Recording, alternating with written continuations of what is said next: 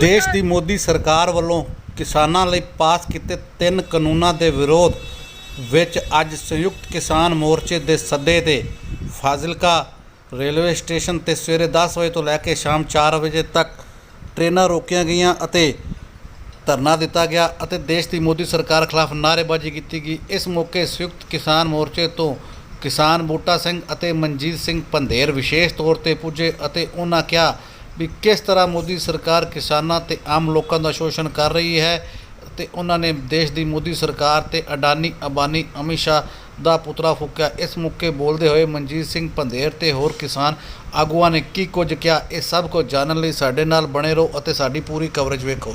जे मां दे खातर ही आप नहीं टुर सकते ते आप किहदी खातर टुरांगे। मैं इस वास्ते ज्यादा समा नहीं लेता। मैं संधू सूबा कमेटी कादियां तो साडे दरम्यान पहुंचे ने धन्यवाद।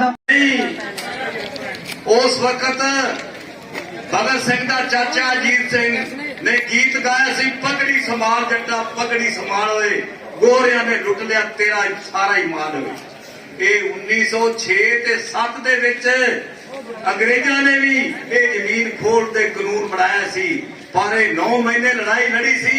भगत सिंह का चाचा अजीत सिंह ट्रैक्टर चलाई जाता जिस तरह आप ट्रैक्टर रैली की है मगर किसान ये ट्रेना आप जी भली भात पता ही जो केंद्र की घटिया सरकार ने जो काले कानून बनाए किसानों को मारने वास्ते मजदूरों के दुकानदार खिचकारी वीरों इस करके उन्होंने खिलाफ ढुंगी कार्रवाई करने वास्ते संघर्ष मोर्चा जोड़ा उन्होंने कॉल है दिल्ली वालों जो लखीमपुर खीरी के भाना वापरिया करनाल के पूरे दिल्ली के 700 तो बाद शहीद हो गए हैं। बहुत बड़े साडे सरकार जी है बीजेपी की नुकसान कर रही है।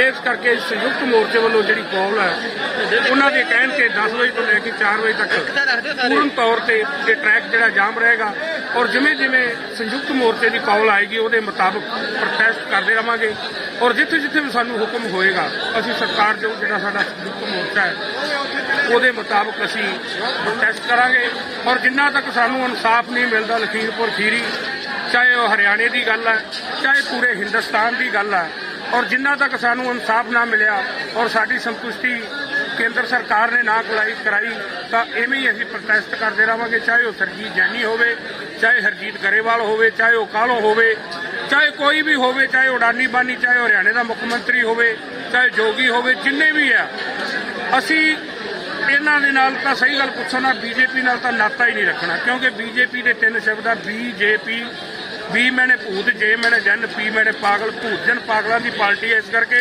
असी इन्हां नाल किसी तरह की वरतों नहीं रखनी क्योंकि साडे किसानों 700 तो वध तां दिल्ली 'च शहीद होए बाकी प्रोटेस्ट करते जिहड़े बेदोशियां दे उत्ते गड्डियां चढ़ाईयां जांदियां और हरियाणे की सरकार जी ऑर्डर करती है SDM दफा 44 ला के किसी दी लत्तां तोड़दियां किसी दी बाहां उत्थे भी साडा किसान शहीद होया। इस करके सानू तां असीं तां रब अगे अरदास करते हैं भी साडे काले कानून परमात्मा सारी संगत रल के असीं वापस करा दईए और असीं इन्हां दे जिंदगी भर बीजेपी के दर्शन ना करिए जिन्ना सानू इन्हां ने दुख दिता है कदी रेलवे ट्रैकां ते कदी जियो पंपां ते कदी जियो टावरां ते फिर सानू मुसीबतां की घड़ी पाई। असीं दिल्ली भी जाना है इस करके साडी बेनती आ सारे वीर वध तो वध दिल्ली चलो दिल्ली जित के आइए। जय जवान जय किसान।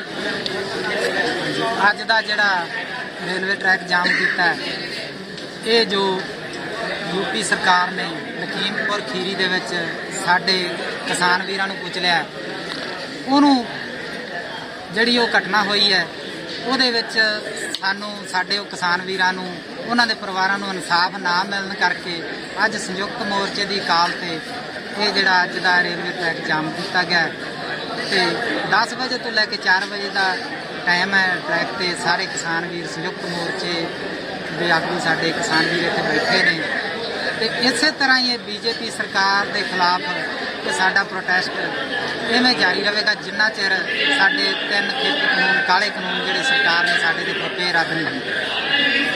अज सारे देश रेलां रोकिया गई इसका की असर मंदे हो ते इन्नी वड्डी लोड़ हुण अज क्यों पई जी?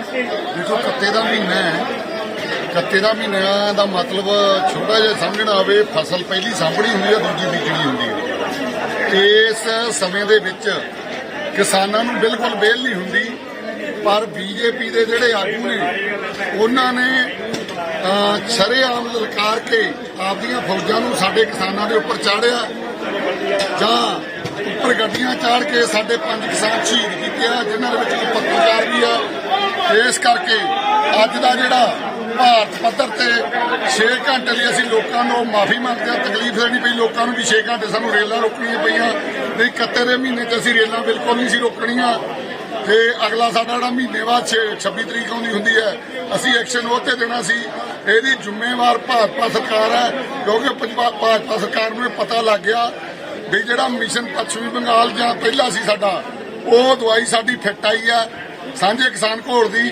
ਹੁਣ ਜਿਹੜਾ ਮਿਸ਼ਨ ਯੂਪੀ ਹੈ, ਖਾਸ ਕਰਕੇ ਮੁਜ਼ੱਫਰਪੁਰ ਵਾਲੀ ਜਿਹੜੀ ਰੈਲੀ ਹੈ, ਉਹਨੇ ਕਮਲੇ ਕਰਤੇ, ਜਿਵੇਂ ਆਮ ਹੀ ਕਹਿੰਦੇ ਹੁੰਦੇ ਆ, ਤਾਲੋਂ ਖੁੰਝੀ ਡੂਮਣੀ ਬੋਲੇ ਆਲ ਪਤਾਲ। ਹੁਣ ਇਹਦੀ ਭਾਜਪਾ ਦੀ ਹਾਲਤ ਇਹ ਹੋਈ ਆ, ਆਲ ਪਤਾਲ ਬੋਲੀ ਜਾਂਦੀ ਹੈ, ਜਿਹੋ ਜਿਹਾ ਕੁਝ ਮੂੰਹ ਚ ਆਉਂਦਾ ਹੈ। ਸਾਡੇ ਕਿਸਾਨਾਂ ਨੂੰ ਗੁੱਸਾ ਇਸ ਗੱਲ ਦਾ। ਅਸੀਂ ਅੱਜ ਰੋਸ ਪ੍ਰੋਟੈਸਟ ਵਜੋਂ 10 ਵਜੇ ਤੋਂ ਲਾ ਕੇ 4 ਵਜੇ ਤੱਕ ਰੇਲਾਂ ਦਾ ਚੱਕਾ ਜਾਮ ਕੀਤਾ। ਇਸ ਤੋਂ ਬਾਅਦ 4 ਵਜੇ ਤੋਂ ਬਾਅਦ ਅਸੀਂ ਬਿਲਕੁਲ ਜਿਹੜੇ ਰੇਲਾਂ ਦੇ ਯਾਤਰੀ ਆ ਉਹਨਾਂ ਤੋਂ ਵੀ ਮਾਫੀ ਮੰਗਦੇ ਆ। ਸਾਡੀ ਮਜਬੂਰੀ ਸੀ, ਸਾਡੀ ਕੋਈ ਤੁਹਾਡੇ ਨਾਲ ਦੁਸ਼ਮਣੀ ਨਹੀਂ। ਜੇ ਕਿਤੇ ਪਾਣੀ ਧਾਣੀ ਪਿਆਉਣ 'ਚ ਸੇਵਾ ਕਰਨ ਦਾ ਫਰਕ ਰਹਿ ਗਿਆ ਹੋਵੇ, ਅਸੀਂ ਉਹ ਵੀ ਯਾਤਰੀਆਂ ਤੋਂ ਮਾਫੀ ਜਿਵੇਂ ਕੇਂਦਰ ਸਰਕਾਰ ਵੱਲੋਂ ਸਰਹੱਦਾਂ ਤੇ 50 ਕਿਲੋਮੀਟਰ ਏਰੀਆ BSF ਦੇ ਹਵਾਲੇ ਕਰਤਾ ਗਿਆ, ਉਸ ਨੂੰ ਕਿਵੇਂ ਵੇਖਦੇ ਹੋ ਜੀ? ਪਰ ਮਾੜਾ ਦੇਖਦੇ ਆ। ਪੰਜਾਬ ਨੂੰ ਅਸਲ ਦੇ ਵਿੱਚ ਆਗੂ ਰਹਿਤ ਕਰਨ ਵਾਲੀ ਹੈ ਇਹ ਨਵੀਂ ਨੀਤੀ। ਇਸ ਕਰਕੇ ਆ ਕਿਉਂਕਿ ਇਹਦੀ ਉਦਾਹਰਨ ਪਈ ਹੈ, ਜਿਹੜਾ ਮਨਜੀਤ ਨੇਰ ਨੂੰ ਜੇਲ੍ਹ ਦੇ ਵਿੱਚੋਂ ਕਢਾਉਣ ਵਾਸਤੇ ਸੁਪਰੀਮ ਕੋਰਟ ਦੇ ਉਸੇ ਕੇਸ ਦੇ ਵਿੱਚੋਂ ਝੂਠੇ ਕਤਲ ਕੇਸ ਚੋਂ 2007 ਚ ਗਵਰਨਰ ਪੰਜਾਬ ਨੇ ਘਰੇ ਬੈਠੇ ਨੂੰ ਛੱਡਤਾ ਸੀ, ਜ਼ਮਾਨਤ ਤੇ ਆਏ ਹੋਏ ਸੀ, ਤੇ ਉਦੋਂ ਮਗਰੋਂ ਲੋਕਾਂ ਨੂੰ ਸੰਘਰਸ਼ ਕਰਨਾ ਪਿਆ। ਇਹ ਵੀ ਜਿਹੜੀ ਚਾਲ ਹੈ ਇੱਕ ਵੀ ਕਿਸਾਨੀ ਸੰਘਰਸ਼ ਨੂੰ ਦਬਾ ਕੇ ਜਿਹੜਾ ਕਿਸਾਨੀ ਆਗੂਆਂ ਨੂੰ ਅਰੈਸਟ ਕਰਕੇ, ਮਤਲਬ ਇਹਨਾਂ ਨੂੰ ਆਗੂ ਬਿਹੂਣਾ ਕਰਕੇ ਲੋਕਾਂ ਨੂੰ ਇਹਨਾਂ ਦੇ ਜ਼ਬਰ ਦੀ ਚੱਕੀ ਚਲਾਈ ਜਾਵੇ, ਉਹਦਾ ਇੱਕ ਹਿੱਸਾ ਹੈ। ਸੰਯੁਕਤ ਮੋਰਚਾ ਤਾਂ ਇਹ ਕਹੂਗਾ ਉਹ ਤਾਂ ਦਾ ਲਾਉਣ ਨੂੰ ਫਿਰਦੀਆਂ ਨੇ, ਤਾਂ ਪਹਿਲਾਂ ਵੀ ਲਾਇਆ ਉਹਨਾਂ 74 ਸਾਲਾਂ 'ਚ।